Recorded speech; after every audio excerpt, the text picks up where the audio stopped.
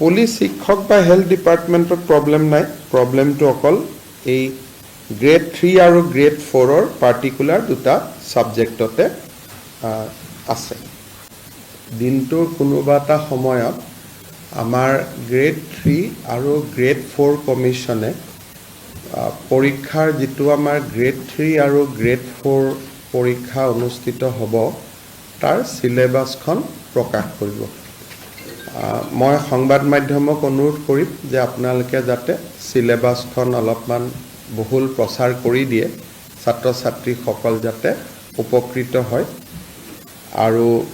এইবাৰ পৰীক্ষাত এটা নতুন দিশ আমি সংলগ্ন কৰিছো আগতে পুলিচতো কৰো